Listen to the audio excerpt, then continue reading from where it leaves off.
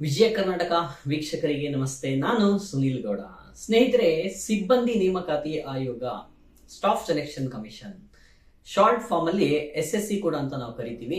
So ಈ ಒಂದು ಆಯೋಗ ಇವಾಗ ಸ್ಟೆನೋಗ್ರಾಫರ್ ಗ್ರೇಡ್ ಸಿ ಹಾಗೆ ಗ್ರೇಡ್ ಡಿ ಹುದ್ದೆಗಳಿಗೆ ಒಂದು ಪರೀಕ್ಷಾ ಅಧಿಸೂಚನೆಯನ್ನ ಬಿಡುಗಡೆ ಮಾಡಿದೆ.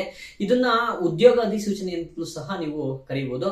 ಯಾಕಂತ ಹೇಳಿದ್ರೆ ಸಿಬ್ಬಂದಿ ನೇಮಕಾತಿ ಆಯೋಗವು ಪ್ರತಿ ವರ್ಷವೂ ಸಹ ಕೇಂದ್ರ ಸರ್ಕಾರದ ಸಚಿವಾಲಯಗಳು, ಇಲಾಖೆಗಳು, ಕಚೇರಿಗಳು ಹಾಗೆ ಸಂಬಂಧಿತ ಸಂಸ್ಥೆಗಳಲ್ಲೂ ಸಹ ಒಂದು ಹಲವಾರು ಹುದ್ದೆಗಳನ್ನ ನೇಮಕಾತಿ ಮಾಡಲಿಕ್ಕೆ ಪ್ರತಿ ವರ್ಷವೂ ಸಹ ಒಂದು ಪರೀಕ್ಷಾ ಅಧಿಸೂಚನೆಗಳನ್ನ ಬಿಡುಗಡೆ ಮಾಡುತ್ತೆ. ಆ ಒಂದು ಪರೀಕ್ಷಾ ಅಧಿಸೂಚನೆಗಳ ಪೈಕಿ ಈ ಸ್ಟೆನೋಗ್ರಾಫರ್ ಗ್ರೇಡ್ ಸಿ ಹಾಗೆ ಗ್ರೇಡ್ ಡಿ ಹುದ್ದೆಗಳ ಪರೀಕ್ಷಾ ಅಧಿಸೂಚನೆಯೂ ಸಹ ಒಂದಾಗಿದೆ. ಸೊ ಈ ಹುದ್ದೆಗಳನ್ನ ಒಂದು ನೇಮಕಾತಿ ಮಾಡಲಿಕ್ಕೆ ಒಂದು ಹಲವಾರು ಪರೀಕ್ಷಾ ಹಂತಗಳು ಸಹ ಇರುತ್ತೆ. ಸೊ ಈ ಒಟ್ಟು ಹುದ್ದೆಗಳು ಎಷ್ಟು ಅಂತ ಹೇಳಿದ್ರೆ 2006 ಒಟ್ಟು ಗ್ರೇಡ್ ಸಿ ಹಾಗೆ ಗ್ರೇಡ್ ಡಿ. ಈ ಒಂದು ಗ್ರೇಡ್ ಸಿ ಇದೆಯಲ್ಲ, ಅದನ್ನ ಗ್ರೂಪ್ ಬಿ ನಾನ್ ಗೆಜೆಟೆಡ್ ಹುದ್ದೆ ಒಂದು ಕೆಟಗರಿಗೆ ಸೇರುತ್ತೆ. ಹಾಗೆ ಗ್ರೇಡ್ ಡಿ ಹುದ್ದೆ ಗ್ರೂಪ್ ಸಿ ಹುದ್ದೆಗೆ ಗ್ರೂಪ್ ಸಿ ಕೆಟಗರಿಗೆ ಸೇರುತ್ತೆ ಈ ಒಂದು ಹುದ್ದೆ. ಸೊ ಒಟ್ಟಾರೆ 2006 ಹುದ್ದೆಗಳಿವೆ. ಈ ಒಂದು ಹುದ್ದೆಗಳಿಗೆ ಒಂದು ಪರೀಕ್ಷಾ ಅಧಿಸೂಚನೆಯನ್ನು ಇವಾಗ SSC ಬಿಡುಗಡೆ ಮಾಡಿದೆ. ಸೊ ಅರ್ಜಿ ಸಲ್ಲಿಸಲಿಕ್ಕೆ ಯಾರೆಲ್ಲ ಅರ್ಹರು ಅನ್ನೋದನ್ನ ನೋಡೋದಾದ್ರೆ ಸ್ನೇಹಿತರೆ, ದ್ವಿತೀಯ PUC ಅಥವಾ ತತ್ಸಮಾನ ಪರೀಕ್ಷೆ ಒಂದು ಪಾಸ್ ಆಗಿರುವಂತಹ ವಿದ್ಯಾರ್ಥಿಗಳು, ಜೊತೆಗೆ ಯಾರೆಲ್ಲ ಸ್ಟೆನೋಗ್ರಫಿ ಸ್ಕಿಲ್ ಅಂದ್ರೆ ಶೀಘ್ರ ಲಿಪಿ ಸ್ಕಿಲ್ ನ ಹೊಂದಿದ್ದೀರೋ ಅವರು ಈ ಒಂದು ಹುದ್ದೆಗಳಿಗೆ ಅರ್ಜಿನ ಸಲ್ಲಿಸಬಹುದು. ಯಾಕಂತ ಹೇಳಿದ್ರೆ ಈ ಹುದ್ದೆಯ ನೇಮಕಾತಿ ಪ್ರಕ್ರಿಯೆಯಲ್ಲಿ ಮೊದಲಿಗೆ ಕಂಪ್ಯೂಟರ್ ಆಧಾರಿತ ಪರೀಕ್ಷೆ ಇರುತ್ತೆ 200 ಅಂಕಗಳಿಗೆ. ಸೊ ಈ ಪರೀಕ್ಷೆ ನಂತರದಲ್ಲಿ ಒಂದು ಶಾರ್ಟ್ ಲಿಸ್ಟ್ ಆದವ್ರಿಗೆ ಸ್ಟೆನೋಗ್ರಫಿ ಟೆಸ್ಟ್ ನ ನಡೆಸಲಾಗುತ್ತೆ. ಸೊ ಪರೀಕ್ಷೆ ಹೇಗಿರುತ್ತೆ, ಎಷ್ಟು ಅಂಕಗಳಿಗೆ ಅನ್ನೋದನ್ನ ನಾನು ಮತ್ತೊಂದು ವಿಡಿಯೋದಲ್ಲಿ ನಿಮ್ಗೆ ಶಾರ್ಟ್ ಆಗಿ ಜಸ್ಟ್ ಪರೀಕ್ಷೆ ಕುರಿತು ಮಾತ್ರ ನಾನು ನಿಮ್ಗೆ ತಿಳಿಸ್ಕೊಡ್ತೀನಿ. ನೀವು ಈ ಹುದ್ದೆ ಒಂದು ಆಕಾಂಕ್ಷಿಗಳಾಗಿದ್ದಲ್ಲಿ ಆ ಒಂದು ವಿಡಿಯೋನು ಸಹ ನೋಡಿ. ಸೊ ಇನ್ನು ಈ ಹುದ್ದೆಗಳಿಗೆ ವಿದ್ಯಾರ್ಹತೆ ಆಯ್ತು ಸ್ನೇಹಿತರೆ. ಸೊ ನೆಕ್ಸ್ಟ್ ಒಂದು ವಯಸ್ಸಿನ ಅರ್ಹತೆ ಏನು ಅನ್ನೋದನ್ನ ನೋಡೋದಾದ್ರೆ ಈ ಹುದ್ದೆಗಳಿಗೆ ದಿನಾಂಕ ಆಗಸ್ಟ್ 1, 2024 ಅನುಗುಣವಾಗಿ ಅಂದ್ರೆ ಆ ಒಂದು ಡೇಟ್ಗೆ ಕನ್ಸಿಡರ್ ಮಾಡೋ ರೀತಿ ನಿಮ್ಗೆ 18 ವರ್ಷ ಆಗಿರ್ಬೇಕು ಅರ್ಜಿ ಸಲ್ಲಿಸಲಿಕ್ಕೆ.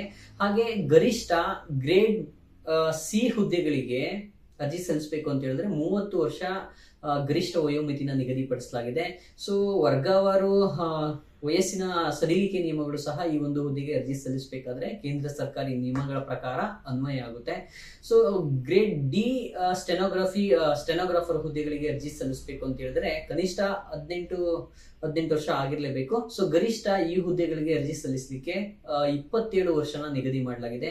ಸೊ ಎರಡೂ ಹುದ್ದೆಗಳಿಗೆ ಸಹ ವಯೋಮಿತಿ ಸಡಿಲಿಕೆನ ನೋಡೋದಾದ್ರೆ OBC ವರ್ಗದ ಅಭ್ಯರ್ಥಿಗಳಿಗೆ ಸಾಮಾನ್ಯವಾಗಿ 3 ವರ್ಷ ಇದ್ದೇ ಇದೆ.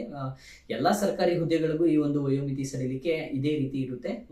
OBC ವರ್ಗದ ಅಭ್ಯರ್ಥಿಗಳಿಗೆ 3 ವರ್ಷ, SC/ST ಕೆಟಗರಿ ವರ್ಗದ ಅಭ್ಯರ್ಥಿಗಳಿಗೆ 5 ವರ್ಷ ವಯೋಮಿತಿ ಸಡಿಲಿಕೆ ಇದ್ದೇ ಇರುತ್ತೆ.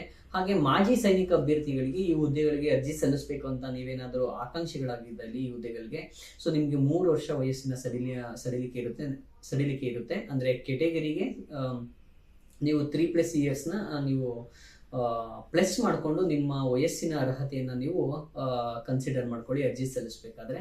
ಇನ್ನು PWD ಅಭ್ಯರ್ಥಿಗಳಿಗೆ ಅರ್ಜಿ ಸಲ್ಲಿಸಲಿಕ್ಕೆ 10 ವರ್ಷ ವಯೋಮಿತಿ ಸಡಿಲಿಕೆಯನ್ನ ನಿಗದಿ ಮಾಡಲಾಗಿದೆ ಸ್ನೇಹಿತರೆ.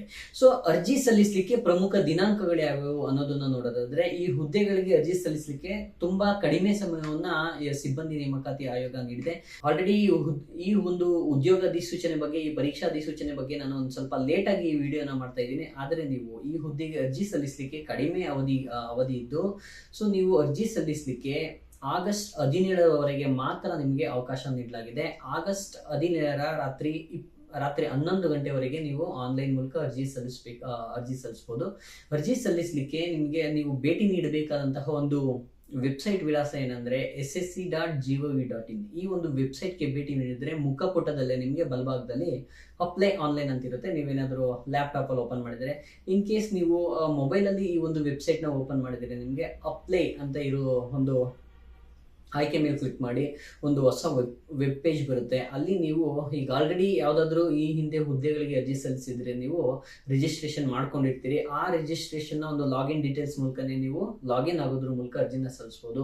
ಹೊಸದಾಗಿ ಏನಾದರೂ ನೀವು ಈ ಹುದ್ದೆಗೆ ಅರ್ಜಿ ಸಲ್ಲಿಸ್ತಿದ್ರೆ ಕ್ರಿಯೇಟ್ ಎ ನ್ಯೂ ಅಕೌಂಟ್ ಅಂತ ಇರುತ್ತೆ, ಅಥವಾ ನ್ಯೂ ಯೂಸರ್ ಕ್ರಿಯೇಟ್ ಅಕೌಂಟ್ ಅಂತ ಇರುತ್ತೆ. ಸೊ ಆ ಒಂದು ಆಯ್ಕೆ ಮೇಲೆ ಕ್ಲಿಕ್ ಮಾಡಿ ನೀವು ಅರ್ಜಿನ ಮೊದಲು ರಿಜಿಸ್ಟ್ರೇಷನ್ ಪಡೆಯೋದ್ರ ಮೂಲಕ ಆಮೇಲೆ ನೀವು ಅರ್ಜಿನ ಸಲ್ಲಿಸಬಹುದು. ಸೊ ಅರ್ಜಿ ಸಲ್ಲಿಸಲಿಕ್ಕೆ ಜಸ್ಟ್ 100 rupeesನ ನಿಮಗೆ ಒಂದು ಪರೀಕ್ಷಾ ಒಂದು ಅಪ್ಲಿಕೇಶನ್ ಶುಲ್ಕವಾಗಿ ನಿಗದಿ ಮಾಡಲಾಗಿದೆ. ಸೊ ಅದನ್ನ ಆನ್ಲೈನ್ ಮೂಲಕನೇ ನೀವು ಪೇ ಮಾಡಬೇಕಾಗಿರುತ್ತೆ. ಇನ್ನು ಪ್ರಮುಖ ದಿನಾಂಕಗಳ ಬಗ್ಗೆ ನೋಡೋದಾದ್ರೆ ನೀವು ಸ್ಕ್ರೀನ್ ಮೇಲೆ ನೋಡ್ತಾ ಇರ್ಬೋದು ಸ್ನೇಹಿತರೆ.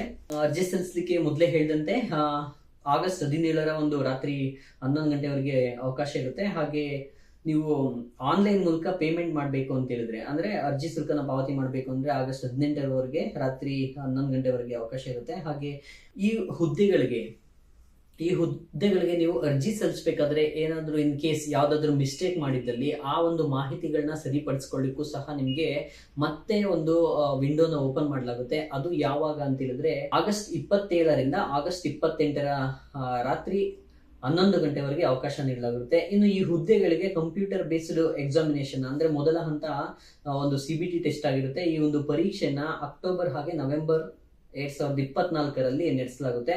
ಸೊ ಈ ಹುದ್ದೆಗಳ ಬಗ್ಗೆ ನಿಮ್ಗೆ ಏನಾದರೂ ಹೆಚ್ಚಿನ ಮಾಹಿತಿಗಳು ಬೇಕು ಅಂತ ಹೇಳಿದ್ರೆ ನೀವು ssc.gov.in ಗೆ ಭೇಟಿ ನೀಡಿ ಕಂಪ್ಲೀಟ್ ಅಧಿಸೂಚನೆಯನ್ನ ಓದ್ಬೋದು, ಅಥವಾ ನೀವು 1800309363 ಈ ಒಂದು ನಂಬರ್ಗೆ ನೀವು ಕರೆ ಮಾಡೋದ್ರ ಮೂಲಕ ನೀವು ಒಂದು ಕಚೇರಿ ವೇಳೆಯಲ್ಲಿ ನೀವು ಸರ್ಕಾರಿ ಕಚೇರಿ ವೇಳೆ ಏನಿರುತ್ತೋ ಆ ಒಂದು ವೇಳೆಯಲ್ಲಿ ನೀವು ಕರೆ ಮಾಡೋದ್ರ ಮೂಲಕ ಹೆಚ್ಚಿನ ಮಾಹಿತಿನ ಪಡ್ಕೊಳ್ಬಹುದು ಸ್ನೇಹಿತರೆ.